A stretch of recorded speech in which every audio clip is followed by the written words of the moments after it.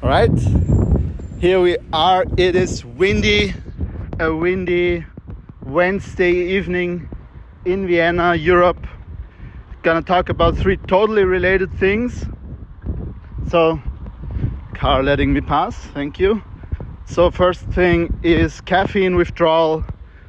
Like I'm again stopping caffeine, it's not really working for me, and how that kind of affects me.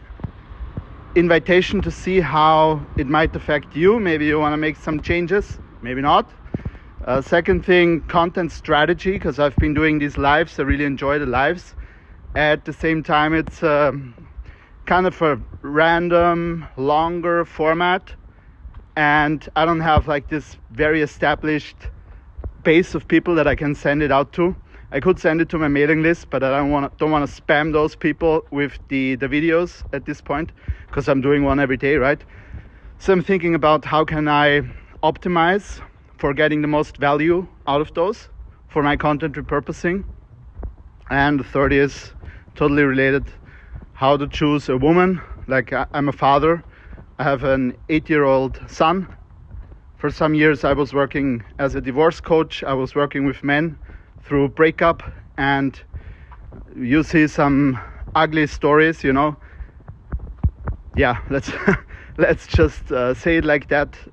Some people, they don't have such good experiences. Maybe they choose a woman that is emotionally not so available for whatever reason, like trauma, difficult past. And it's really important who you have a kid with, right?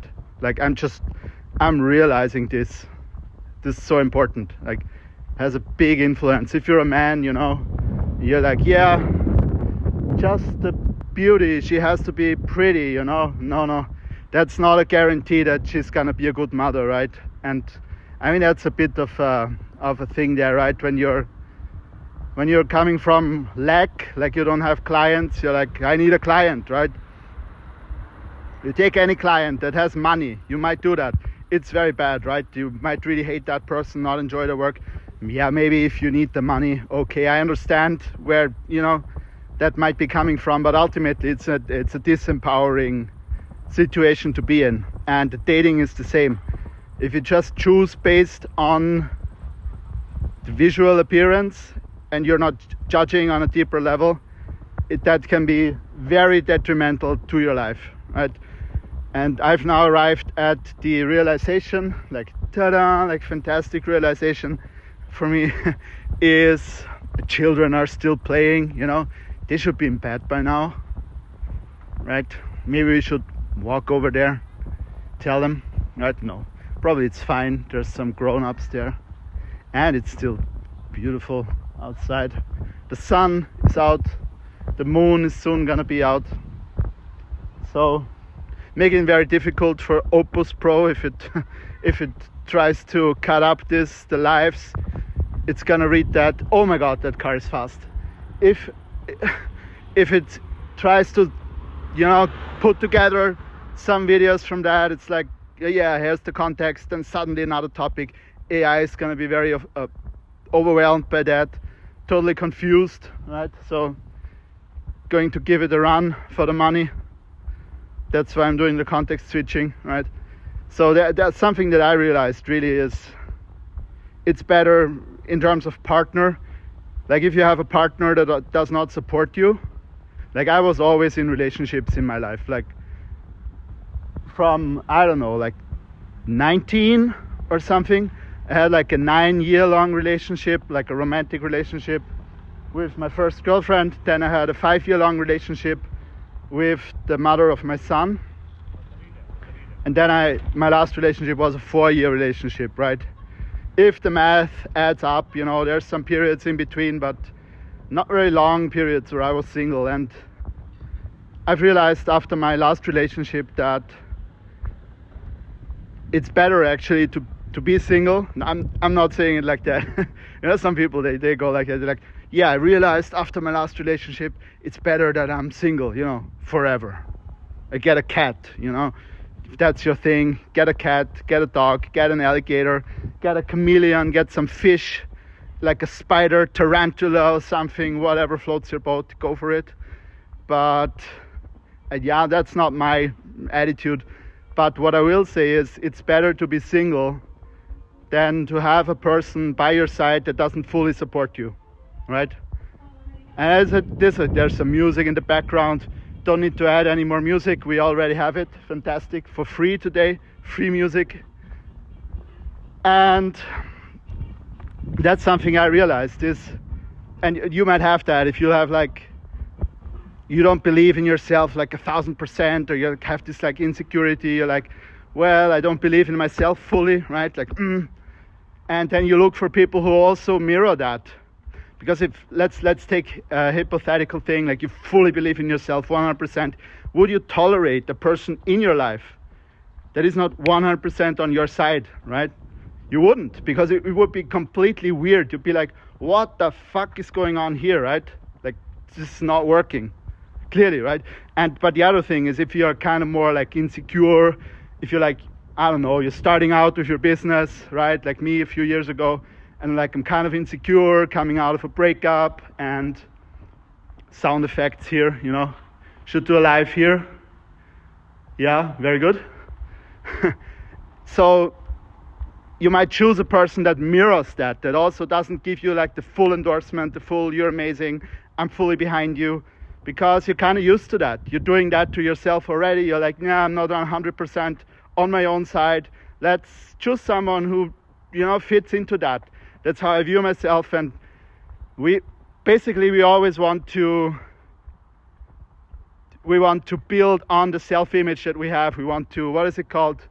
Self-confirmation bias. The brain has that. Like what we see, it's not actually what we see, but we see what we believe.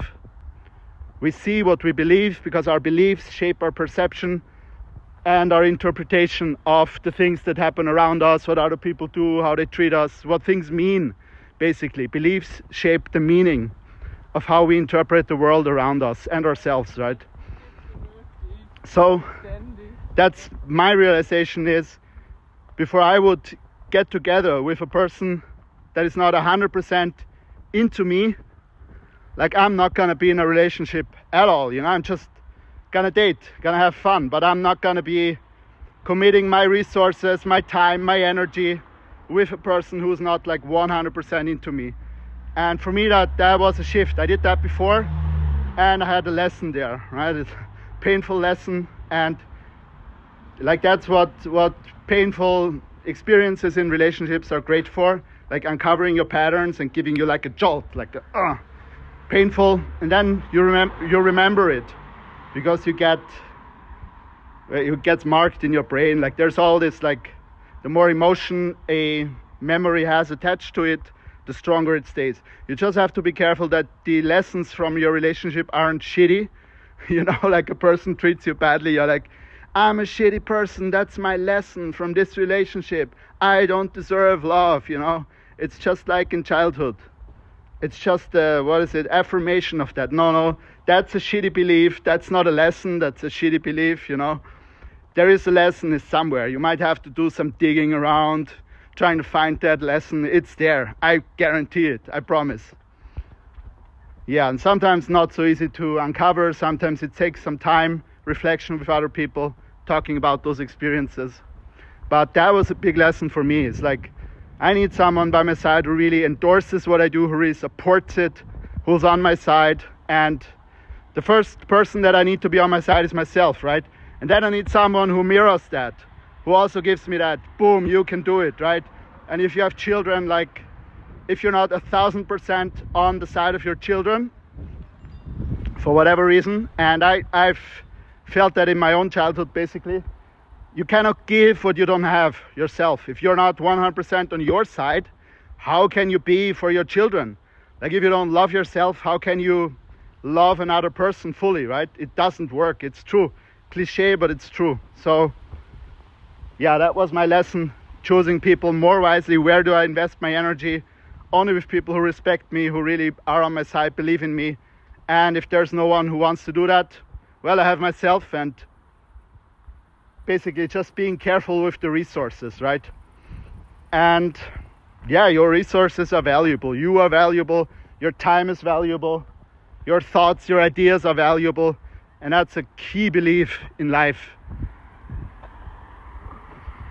Okay, moving on to the second topic. What was it? The content. Yeah, content repurposing. Basically, I've been doing these rants. I really enjoy the rants. There's this aspect of, I can just talk, I can practice speaking about things that matter to me, that hopefully matter to my viewers, people that are listening, something useful in there.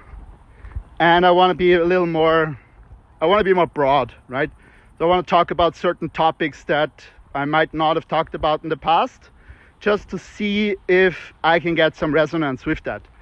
Because if I always do just very long, like, lives, basically ranting, and sometimes the topics that I talk about are always the same, right? Because I'm like a very boring person, right?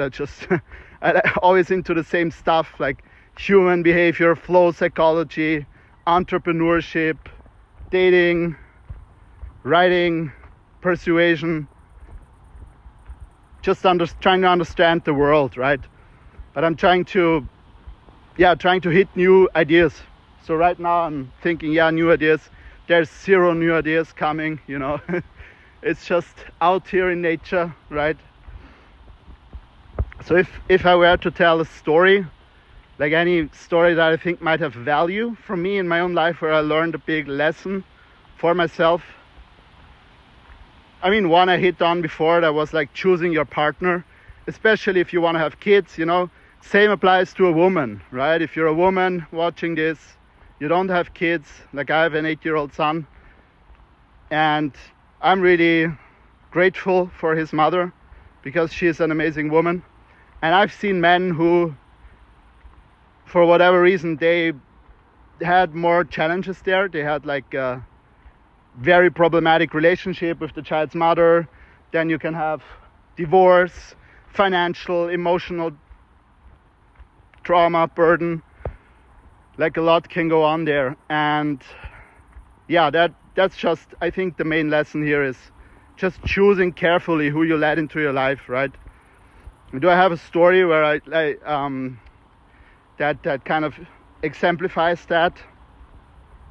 I mean, and I think sometimes this might sound like, okay, like, don't let the bad people into your life, but in the end, there's not really any bad people. Like, oftentimes, a person that hurts you, they've just been traumatized themselves. They're not really doing that out of malice. They're just trying to survive, trying to live in the world, trying to feel safe and happy, right? But I think my lesson was, or a big lesson for me was my last relationship, where I was in a relationship with a very cool woman that I really, really liked, really loved. At the same time, there was I think there just was some misalignments, a lot of trauma patterns on both sides, right?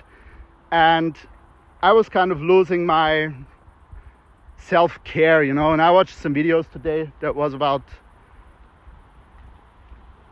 basically if the person that you're with, if the person demands things from you that are not aligned with your boundaries and with your values, which is a challenging thing, right? If you're in a relationship, you kind of want to be flexible, I guess, and be like, if you really enjoy that thing, if you want to try that, let's do it, right? Not be like, no, I always do the same thing every day. So I think there's a good element there, but let's say you're the flies.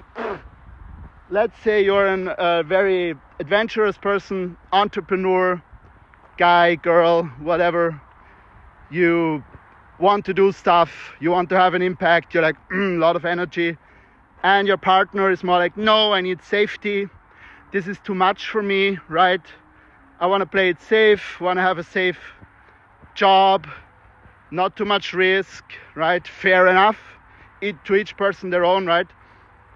And I just want to go on holiday, I want to build something safe, slow steps. And then you come in, you're like, boom, big vision, let's do this, risk. It's gonna work out, You might be able to tell I'm kind of like, the fly is kind of like that. person. Oh my God, so nice here. Look at this. Perfect spot. Just need to check it out. Probably some dog shit on the floor, but just for that shot. Gonna use that shot. Can you see it? Is there some sound in the distance, right? I'm gonna do my, by the way, thank you for that one person that is here. I appreciate you. I'm just gonna do a quick plug for my Substack. So if you enjoy the content, if you enjoy what you've been watching now, check out my Substack, my free newsletter, which is, you can find it in my bio, wechselbaum.substack.com. Click the link in my bio. As they say, you can check out my newsletter there. And that's where I write more of my long form content, like longer pieces on topics that I discuss here, also other topics. Like that's where the main value, the deeper thoughts are. If you're interested in that, check it out. So you have this kind of this tension, right? There's one person, boom, adventure. The other person like, no, I need safety. And basically what I experienced, what I learned was I was accommodating. I started accommodating. I started being like not leaning so much into the risk, not being so much in my own energy, because it was freaking out my partner. She couldn't deal with that. She couldn't deal with that energy, right? And I was scared of saying, you know, this is not working out. Our energies aren't aligned, right? You need something different. I need something different. Painful. Like, how are we going to bridge this, right? And the truth is, I think sometimes you can't bridge it. Sometimes there is no solution except like walking your separate ways, right?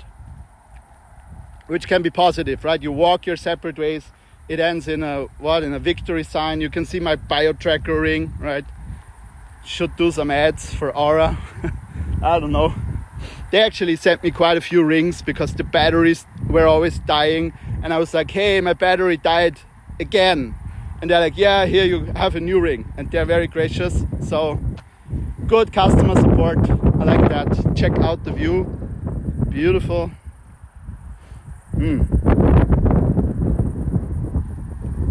Yeah, the colors that nature kind of creates, very interesting. I'm a bit colorblind, so for me it's a little, there's some of the nuances lost, I guess, but it's still nice to look at.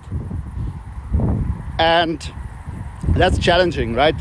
Because you want to be with that person, whatever, it can be a friend also. Like you have a close connection with that friend, but like they're going in a different direction and you're like I don't like that direction. That's not nourishing me. So are you gonna pull back or are you gonna accommodate? And I think sometimes it's okay to accommodate. I don't believe it's the wind. It's very windy, yeah. I don't believe it's good to be like, fuck this is my path, you know, you do whatever, I'm gonna do this, right? I think when you look on a spectrum, you're like, you have, on the one hand, you have independence, and independence means you just do whatever, right? You are independent. You can do whatever you want. You don't have to think about it. You don't have to take into account another person's feelings because you're like, no, there's no one else. There's just me, basically. That's a shitty place in relationships. It's not good. But it can be part of a learning journey, right? If in the past you've been neglecting your own boundaries, your own needs, your own values, and you're on the opposite side there, like you're at dependency. You're like, I need you to love me and I'm willing to do whatever it takes so that you don't leave me. So as you can hear from the sound of that, that's not a mature person speaking, that's a childhood pattern, very, very, very likely. And when you come out of that, like the pendulum, you go to the other side.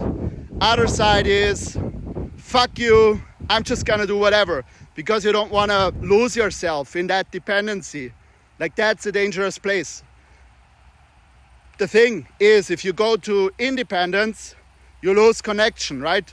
So there's some place in between, and that's where there is an area of interdependence. So like you still kind of, you care what the other person does, you rely on them, or maybe it's not interdependence. I guess that's a slightly different term, different concept, right? Basically means that it's a positive form of symbiosis between the two of you, right? So I think what I'm talking about here is like independence, dependence. It's like a balance. You take into account what the other person wants. Maybe sometimes you accommodate, but you certainly don't lose yourself to your fear, basically, of being alone, of losing that person, right? But you're still open. You're still noticing what the other person needs. And I guess part of that is sometimes walking away, going your separate ways, right? With someone, that's not an easy thing to do. Sometimes I haven't had breakups that were fun, you know, if we're talking about stories. Yeah. I think like worst breakup stories. What is my worst breakup story? Yeah. No, that's too personal. I can't tell that, you know, there's some weird details in there, but but never fun. You know, my breakups are, I think, never fun, right? Even if you're the person who's doing the breaking up, it's not fun either, right? You might think, no, this person is breaking up with me. Shitty experience for me. I want it. They don't want it. It's still a bad experience very often for them. Unless they have someone new, they're like, yeah, no problem, you know, let's move over here. Maybe then it's better, right? Can also happen. It's a complicated subject. Thank God I'm not a relationship coach, but it's a very interesting subject, to be honest. But yeah, I think it's very complex. Relationships are very complex and they're important, right? Like you can't replace people with cats. You can go to a monastery, right? Some people, they're fine being more lonely. I think they die sooner, you know? I think so. There's statistics on that. I think community is very important. And I didn't want to hear that. For the longest time, I was like, I don't really need that, right? I'm independent. And for me, now we're like at the story time. For me, I was always kind of shy when I was a kid. I was more introverted, unsure of myself, uncertain, not a lot of confidence. And it was painful for me to socialize with others because I was always anxious if other kids would like me, if they would accept me. And I had some trouble with my parents of asserting my own boundaries. So I had this weird kind of energy going that was like, I want to fit in, but I also don't want to adapt and lose myself by fitting in. So there was a lot of resistance in myself. And I remember in school, I was never really part of any groups. Like I had a few friends for sure, but you know, like these groups that always hang out and it's really cool and everything. Like I always had trouble fitting into those. And I think there is a positive aspect to that. And that is, if you're very connected to the people around you, you're also more affected by their opinions, by their beliefs. So it's harder to extract yourself from that environment and say, whoop, let's go over here. I'm going to do something different. You know, maybe start a business. And if all of your friends are like, no, right, get a safe job, let's do this. It creates more friction. I have to shout today. Need to work on my vocal protection. So it creates friction because you want to keep that connection with the people that matter to you. And for me, for a long time, it wasn't possible to stay in connection with someone and say, no, I don't disagree, I'm going to do it another way. I can do that now. I feel totally fine with that now, right? If you tell me something, you're like, Lucas, this is great, you know, whatever. What's one thing I don't like? Chocolate cake is great. I love it. You should try it. I can be like, thank you so much. I appreciate it. You want me to have a good experience. I don't do sugar. I think it's shitty. I think it kills you. I'm not gonna have it. Thank you very much, right? I have no trouble doing that.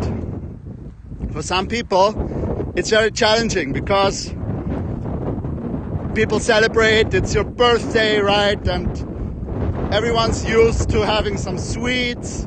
And if you don't take it, if you don't eat something from the cake, it's kind of weird. People are like, what's going on? You don't like it? like maybe they made it, right, themselves. So it was difficult for some time, and I had to practice that. And I don't eat sugar stuff, I don't eat non-organic stuff usually, and it can be weird because people don't feel appreciated sometimes. So I kind of try to appreciate them and also say, no, I don't eat that, I don't want to eat that. Why? Because I feel shitty after. I'm like, yeah, okay, I ate that sugary thing, right? I ate the cake. Other person is happy, but I walk out of there and I feel in my belly, now I've got that shit in my belly. I don't want that, you know. I don't feel good with that. Why do it? It's not worth it for me, right? But it can be challenging to tell someone in their face, like, I disagree with you, right? I don't think that's the way. No. Because we want to be connected. We want to be loved by others. And so that's one kind of like a benefit if you're like a loner, is you can do whatever the fuck you want, kind of, right? But there's many disadvantages to being a loner. In my experience, it took me many years to realize that. And just to name a few, right? Off the top of my head, it's just like a support system. If you don't have a strong support system, emotional resilience, you have less emotional resilience. You have less people that maybe give you input, like ideas, you can bounce ideas off of. And you meet fewer new people. Because if you don't have a circle of people, ideally some touch points where new people come in, you can meet other people, like you meet way fewer people. Translates into fewer opportunities with business, right? Because you meet fewer people. Translates to worse social skills. So if you don't have a social life, an active social life where you practice your social skills. Now you might say, why do I need to practice my social skills? Well, everything is like every complex thing, you kind of need to stay in the groove with it. Like, if you know how to do it, sure, it comes back to you. But especially when we're talking about, you know, if you've been a loner in childhood maybe, and you don't have so much social structures, never had so many friends, you weren't popular, then you haven't developed certain skills that people have developed who were in those positions. Now we're touching a little bit on social status that I talked about a long, like 60 minutes on that 2 lives ago. How can you change your social status? How the brain tries to keep us at the level that we are at. And also how modern society, the city, anonymity gives us an opportunity to ascend. In finances, you call that upwards mobility, how you can ascend the income ladder, whatever you want to call it, raise your income. And the same thing applies to social status. And social status, it's important for women, but like I always say, I feel it's more important for men for 2 reasons, right? Like, one, business might be more important for you, influence, impact, and status and business, negotiating with people, selling something, having influence with other people there's a huge impact there. And your social skills are going to influence that, yeah. The other thing is dating opportunities. So the selection of possible mates that you have, if you have higher status, it's a different world. Like, women treat you differently. You have more options. It's a different world. And if you've grown up at the bottom of the social hierarchy, like, it's a different world. If you can get away from there, if you can climb, yeah, huge benefits, especially if you're a man. If you're a woman, it might be more related to your physical beauty. Of course, character matters. I'm not gonna say it doesn't. Like I said before, if you choose a woman to be the mother of your kids, don't just look at the beauty. I think that's a huge mistake to go only off of that. There's a lot more that goes into it. Like emotional stability, you know, a person that isn't emotionally damaged, traumatized, because all that stuff is gonna go to your kids. Especially if you have a divorce, right? And you lose a little bit of control over your kids, like there's fighting about custody and everything, then they're even more with their mother, right? So you need to make sure, if you get a woman pregnant, if you care about your offspring, that it's a woman that is healthy, that is stable, right? And I mean, that might sound obvious, but there's some emotional patterns, you know, we might get triggered. We're like, I really need this person. I'm so hot for this person, whatever, right? So that it pays off to have self-discipline also in that area for the sake of yourself and your finances, also divorce and all of that, and your kids, right? So it pays off to be disciplined. But yeah, there's a huge amount of benefits from having an active social life, from connecting with others. And I always thought, yeah, I'm more of a loner, right? Because that was my experience. Like, I couldn't fit in. I didn't have the skills in school to connect with others. I didn't have the skills to socialize in a satisfying way. And so I thought, no, this is shit. Like, I'd rather be on my own, right? I never learned those things.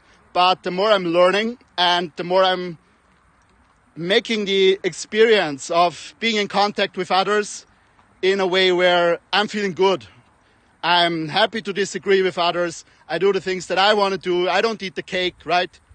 Because if you always do the stuff that flies again, if you do the stuff you think you need to do to fit in with other people, you're not going to feel good about yourself. It's like, that's a bad place, right? You don't want that.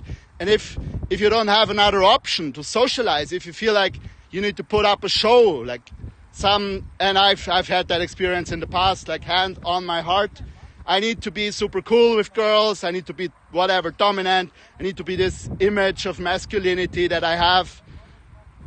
It's very draining. Like, social contact can be very draining. But what I'm trying to say here, talking a lot, but the gist of it, social contact itself is very nourishing. If it's draining for you, it's very likely that you have some patterns going on that are fucking it up for you. And there's a lot of patterns that can be going on, like a low self-esteem, like, I don't deserve this, people never liked me, then you're anxious, speaking from my own experience, right? No judgment there. Then you're anxious when you're with people, and then you want to front, you want to know, I want to be confident, I want to be cool, I want people to like me, and you kind of lose your balance, you lose your center. So when you can be authentic and also skilled, right? It's a skill, let's not forget that. Like, status is a skill, and a skill, and also conditioning, right? You can condition yourself to be of higher status, have your behavior match a different energy. It's very complex. There's many like puzzle pieces there, but the main insight that I want to impart is that being social and training your social skills and constantly practicing your social skills is an avenue that can allow you to ascend in the social hierarchy. Of course, it can help you when you fix your finances, right? You always work a job that you hate. People are kind of looking down on you. You don't get the support. You're like, okay, fuck this. I'm going to do something else. You take risk. You trust your intuition. That's also going to build you up. You're going to feel more confident, right? There's many ways you can approach it. One main way that I did it was to learn how to approach women. Like, that was just really important for me because I just couldn't do it. I was like so inept, so incapable of flirting. I was like, what's going on? Like, other people, they seem to have this figured out. Other guys, they have like their girlfriend. I'm here, nobody wants me. What's going on, right? And I mean, that's a theme in today's culture. There's like, who was it? Like CEO of, Diary of a CEO, Steve Bartlett. I think that's how you say it. He had a recent podcast that was about, a lot of men, they're not going to reproduce. They're kind of like stuck in a bad place for whatever reason, and there need to be some shifts.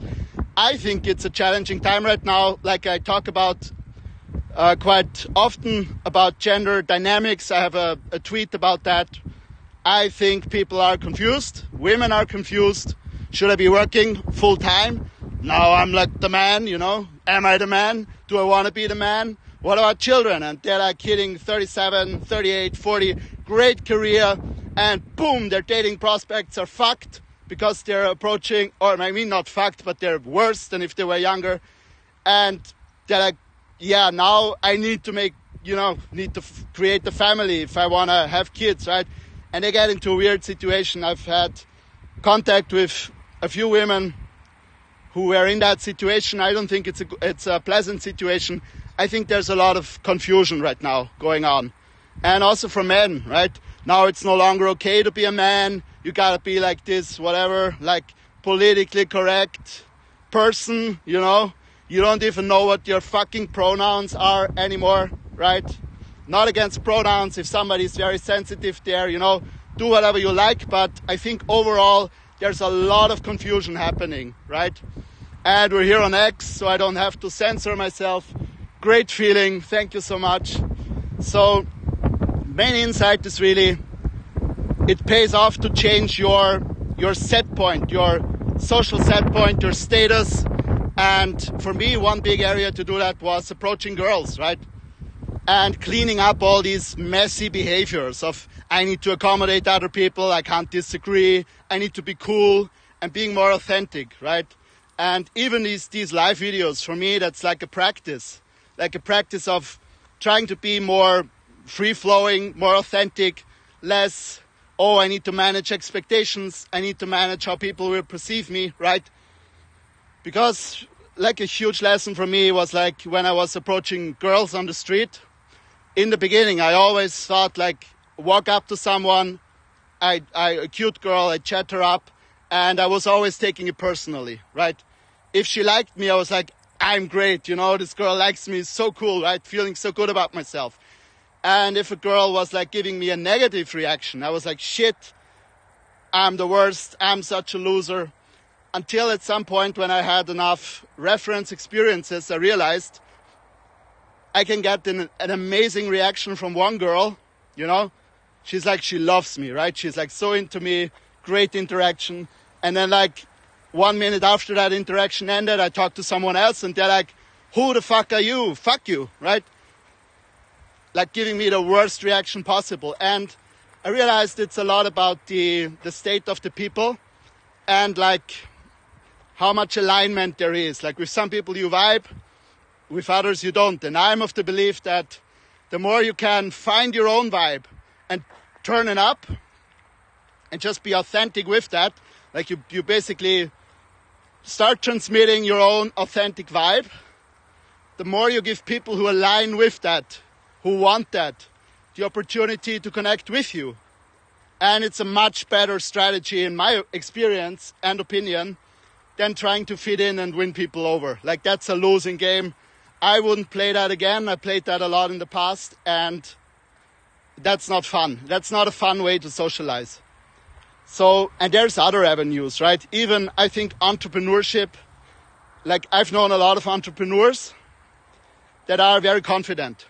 I mean, not everyone, of course, and social, right? So maybe sometimes people who are more social and are more outgoing and like to experiment, they are drawn to entrepreneurship. They like more risk, maybe. But I also think that if you move into entrepreneurship, you develop agency, you take responsibility, and you're gonna meet resistance, right? Like entrepreneurship, let's face it, it's harder than having a job, right? There's no question about it. Like there's more challenge there, and maybe at some point in your journey, you're like, yeah, that's good. I like that. I really want that challenge. I'd get so friggin' bored of my job. Like this is, you know, where the growth is happening in entrepreneurship, right? Or at other times it can be really annoying and overwhelming. Like you're starting out your business. You're like, yeah, am I gonna make some revenue here? You know, invested so much. There's no certainty of ROI. You don't know when it's coming. And you're putting in a lot of work. You know, people around you might not always be supportive. Whatever, your girlfriend is like, yeah, maybe you should just get a regular job. You're like, no, I have this amazing vision. We're going to do this, right? And that's where you see it. If the people that are going to be on your side, for some people it's okay. They want that. Other people, they're like, no, I don't understand it. I don't want to be part of your journey. And then it's a form of self-respect to let those people walk. That was a hard lesson for me with my last girlfriend, right? I really loved that girl. And I had to let her walk. She was like, she didn't want to come on that journey with me. She was not the right person to go on that journey with me that I'm on, right?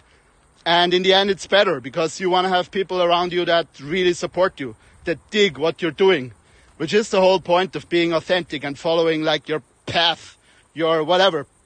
Passion is such a big word, right? But if you just follow your path, your intuition, I think the passion is going to come because I stepped into something. I hope that wasn't some dog shit or something.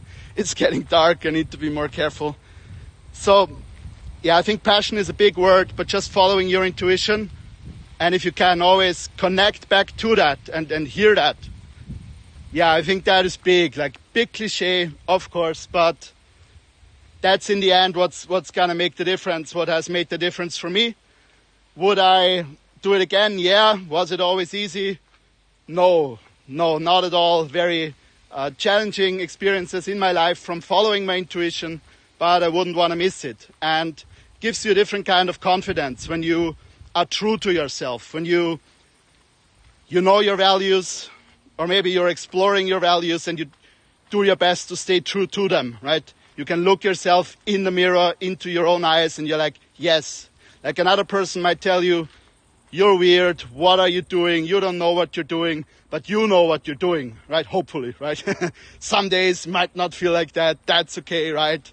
That's okay, part of the journey. But in the end, you can walk to the mirror, you look yourself in the eyes, and you're like, yeah, I can, I'm in alignment with myself. Whatever that other person says, it might sting for a little, but what stings the most is if you're not in alignment with yourself, with where you want to go in life, because that fucks you over, honestly, to put it bluntly. So if you have that going on anywhere in your life, yeah, that's a sign to correct that. Also for me, when I feel that there's a misalignment, I'm like, yeah, need to pay attention here, because I need to be in alignment with myself and feel good with myself.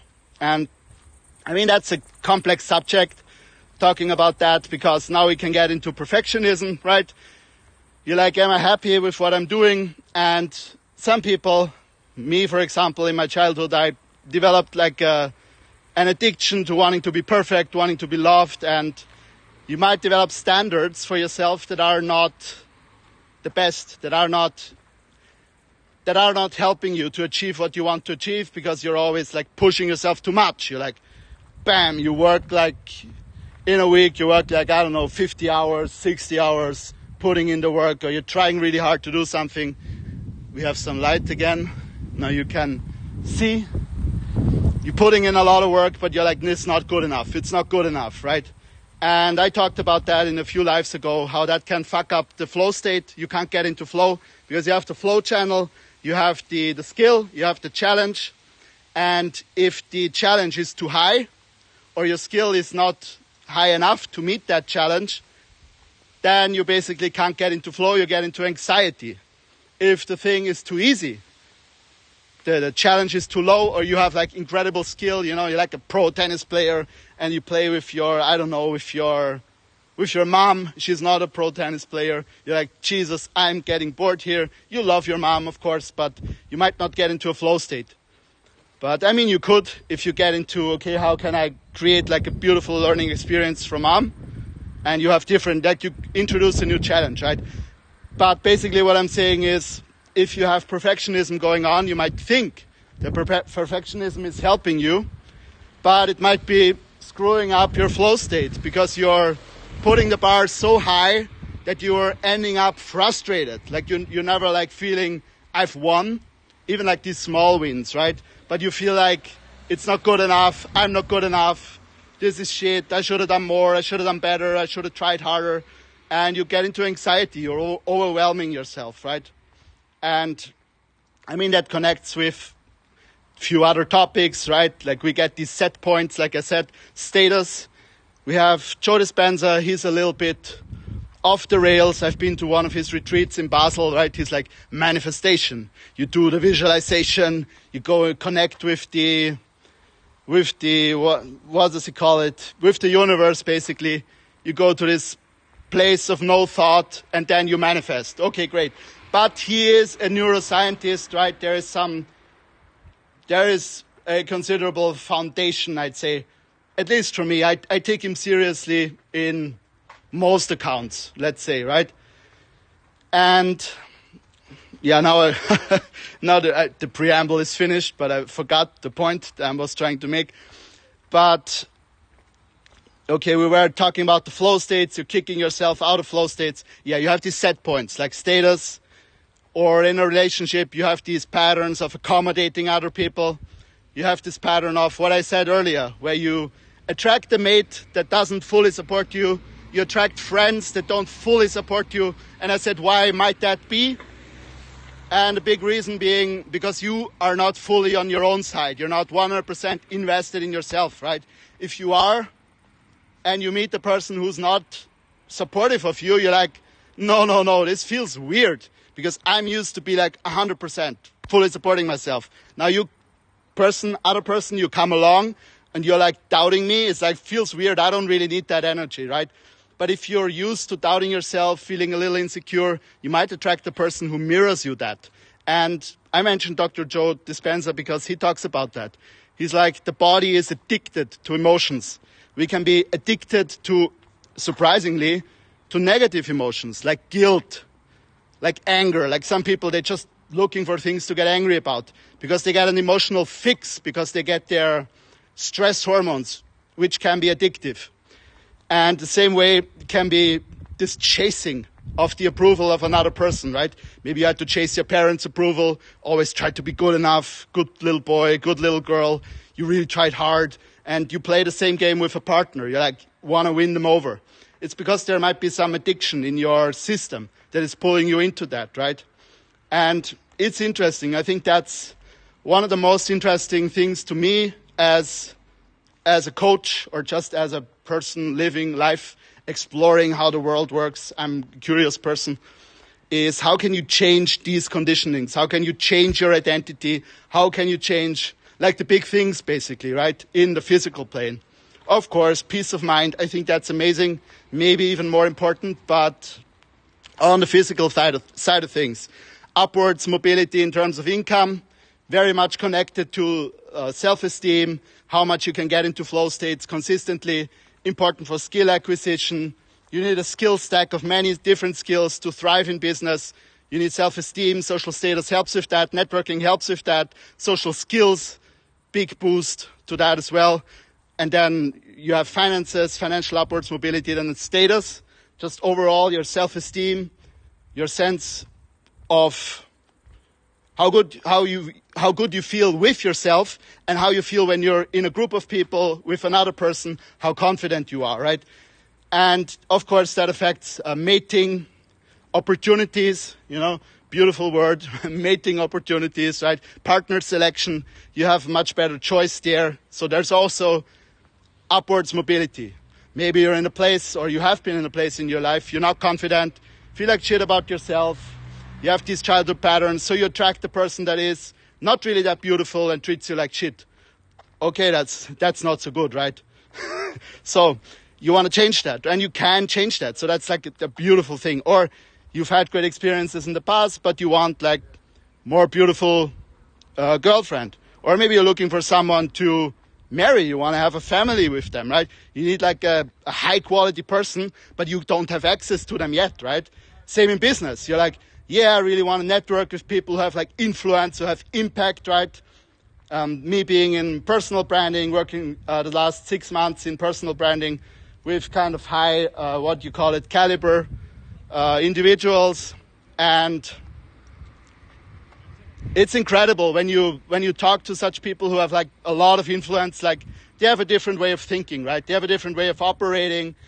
Like it's very inspiring.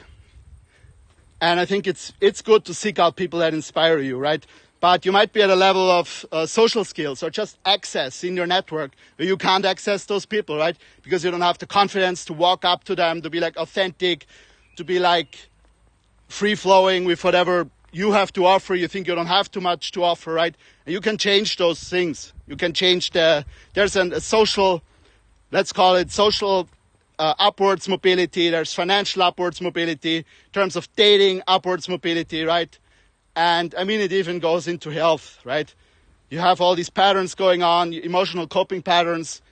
You eat sweets to cope with life.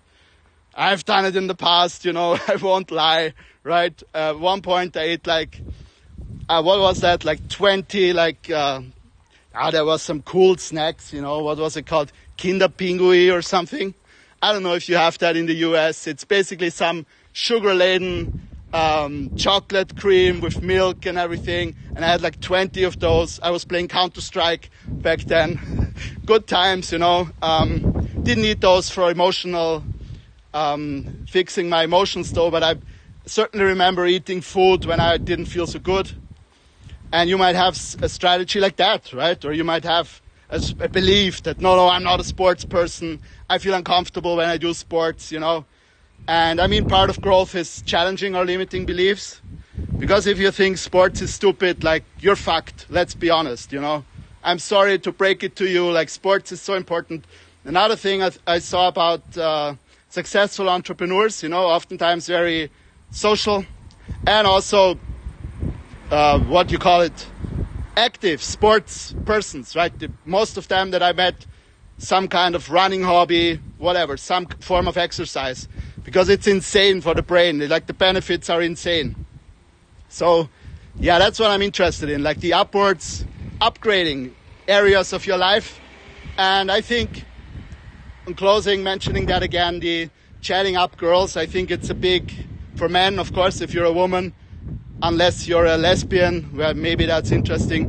But if you're a straight woman, maybe not so necessary, right? You probably get enough invitations from men. If you don't get them, like I said, maybe your body language, subconsciously, you're rejecting that.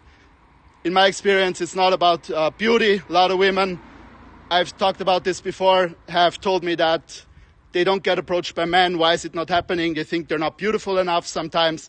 And I'm like, no, this is not the case. I've had like women who are not as beautiful as you getting approached more because they have open body language, because they're not blocking it and rejecting it on a subconscious level. Complex topic. But for men, it's like an incredible hack, because you can build reference experiences of talking to very beautiful people that are never in your, that would never be in your selection, usually. No repercussions in the city, especially if you do it respectfully. You can really retrain your brain and develop a lot of confidence from that. Of course, there's some dangers, dependency on external approval and all of that. It's a bit complex, but I think it's an extremely valuable skill set. I think the same applies to networking, walking up to a person that you feel intimidated by and doing your best to be authentic, Maybe there's something on the line. They could really, be an investor. They have like amazing skills. They're socially very connected. You're like, do I have enough to offer to this person? Well, the only way you can find out is if you talk to them, right?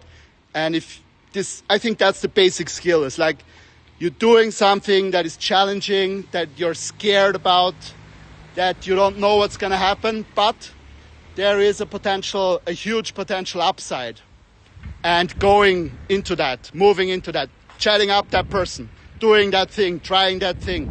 And I think that's a huge driver for me personally, where I feel like that's a huge skill to be able to do that. And that's just one way you can practice it, with chatting up people, being more social, right? Especially girls, I find that more interesting. Of course, I love meeting interesting guys also. But on the street, I'll be honest, it's too random. Like, I like to have people who are really interesting. If it's a very beautiful girl, maybe I don't mind if she's not into entrepreneurship, if it's something more shallow, or maybe I can explore that person. With men, I'm kind of even more selective. I'm like, I want to have someone who really aligns with what I do. Maybe I should be more selective with women too, like thinking about that as I'm talking now, and what I said earlier, like not scanning only for physical beauty, because that's very shallow and in the end not that good. Yeah, giving me some food for thought as well. So that was my rant. I hope that was useful to you. Just kind of looking at, okay, human is a social animal. You can develop those social skills. You might have conditionings from your childhood that are blocking the social flow, so you cannot enjoy it fully, and you can learn to enjoy it. Same with work, right? You might have a negative, very loud, you might have a negative conditioning with work. You're like, work is always hard, I'm not enjoying it. Work can also be flow, like you can retrain yourself there as well. So if that interested you, check out my Substack, wechselbaum.substack.com. I have it linked in my profile also. And the stuff that I do ghostwriting, personal branding for CEOs, entrepreneurs, I have been doing it mostly for tech entrepreneurs, US tech entrepreneurs. That's managing your personal brand to increase your impact, your networking capabilities, investors, business partners. If you have a company where you're hiring, can also help you with hiring, attracting talent. And the other thing I do is I do coaching. So that's virtual coaching, mostly on the subjects of transitioning into being self-employed. That's one thing, but also confidence, building your social skills, and just basically managing yourself, like getting into I like to call it an upward spiral, right? So you design your life in a way where you have learning experiences, you're growing, you're feeling good about yourself, and you accelerate your upward motion, basically, growth in your life. And I do that online, I do that virtual. If that interests you, if you resonate with something that I mentioned here, feel free to reach out to me.